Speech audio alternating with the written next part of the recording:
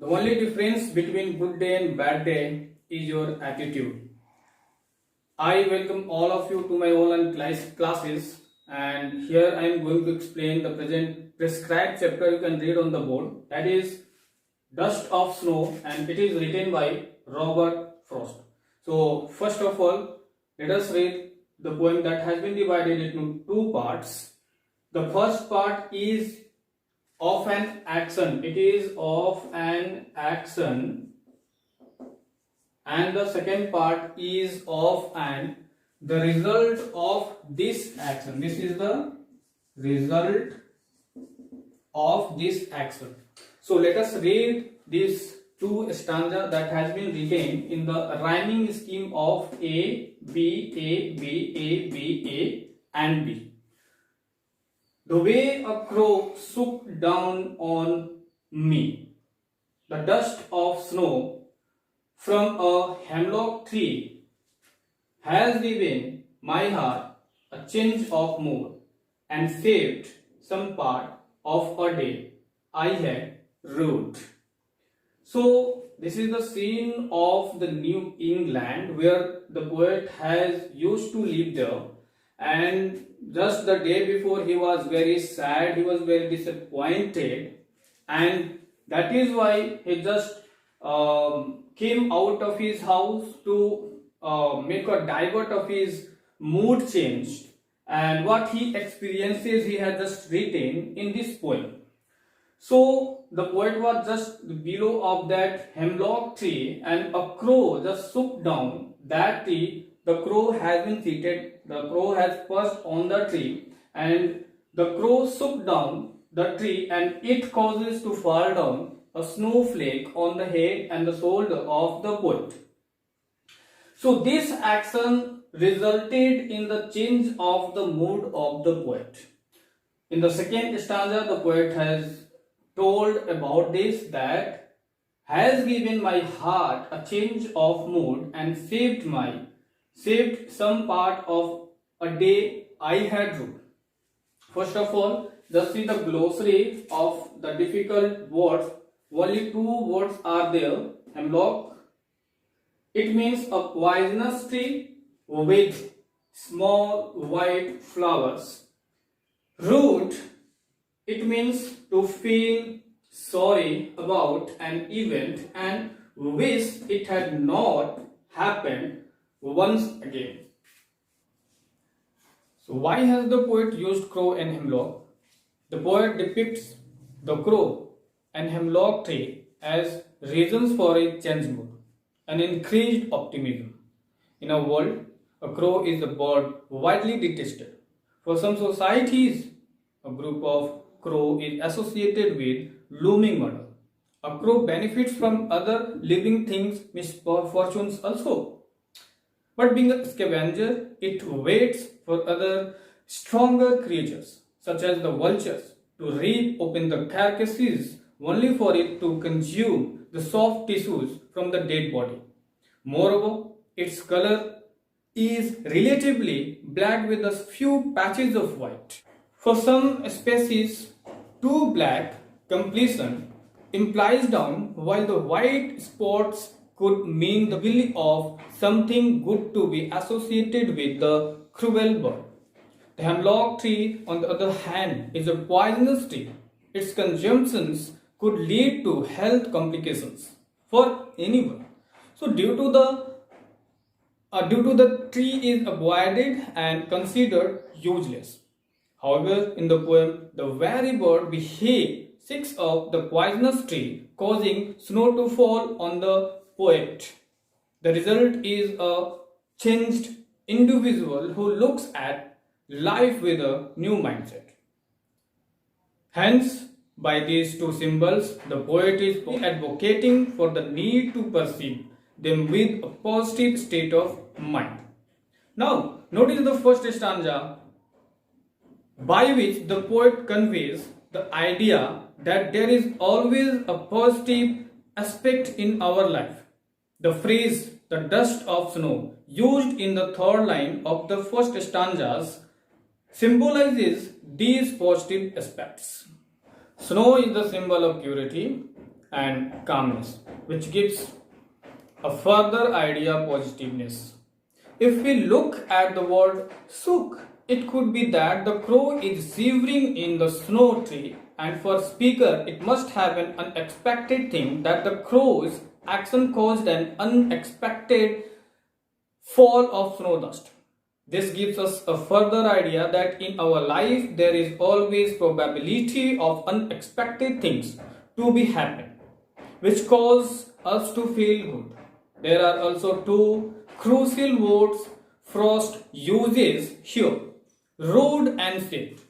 The former word, road, implies the idea to regret something which often cannot be undone, or to feel sorry about an event and to wish it would not be happened once again in the life. The latter word, saved, means to rescue or to keep safe. This word is also associated with religion, being saved by Jesus Christ, but this doesn't really fit to the circumstances of the speaker, because only part of the day is saved, not his soul. Now we'll discuss about the form of the poem. The form of the poem is not a free verse, is not a blank verse. The rhyming scheme of this poem is AB, AB, and this is the rhyming scheme AB, AB. So both stanza have the rhyming scheme of AB and AB. Poetic devices that has been used in the poem. The first device is metaphor and the second device is synecdoche. Metaphor is a direct comparison between one thing to another thing, and the example that has been used in the poem, in our poem, it is dust of snow. So here snow and dust has been compared by the poetic device metaphor. The second poetic device is synecdoche. Synecdoche is a literary device in which a part of something represents the whole, or it may use to represent a part. Just for your example, suppose that I tell all hands on the deck. So here the hands, it is used to represent the whole members of the ship, that is called crew. That is called crew. So I am not telling that the hands only. These hands represent the whole part of the body of the whole members of that ship, that is crew. The word heart has been used in the poem, so it means that the poet has told that he feels very good, his heart feels very good. It is not only his heart. The whole part of the poet's body is that which feels or experience good when a dust of snow has been fall down on his shoulder. So now we will look at the central idea of the poem. The poem is based on human experience. The poet conveys the message that even small things have a significant role to change mood of a person in their life. At one time or the other, human being goes through sad moments and happy moments. The poet exploits this knowledge to provide situations that we can identify with and thus effectively act on the message passed. So the message is clear enough. Sometimes seemingly insignificant natural events do bring about change. Being outdoors in nature with all its unpredictability can benefit anyone, anywhere, at any time. Themes.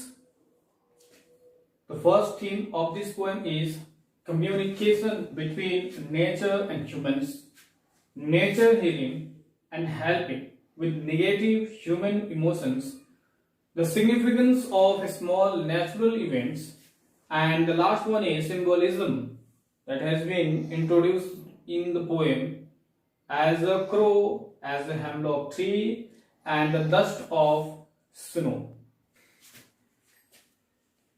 Tone. The tone of dust of snow is light and cheerful. It reflects the change that has already taken place in the poet's heart from sullen to joyful. After the shower of snowflakes upon himself, the poet has almost forgotten what a bad day he had been having and embraced the brightening of his mood fully. He now feels lucky to be alive and able to watch such beautiful sights as that of the snowfall. And the last point of this poem is the setting of the poem. The poem has been set on the landscape of New England, which is the poet's native homeland. During the winter, weather condition in England is very harsh. It is an unpleasant experience to have step out of the house and into the cold outside. So, however, the snow is also beneficial. Life in England has both aspects, the positive and negative. The poet has picturized it in the poem in a very beautiful way.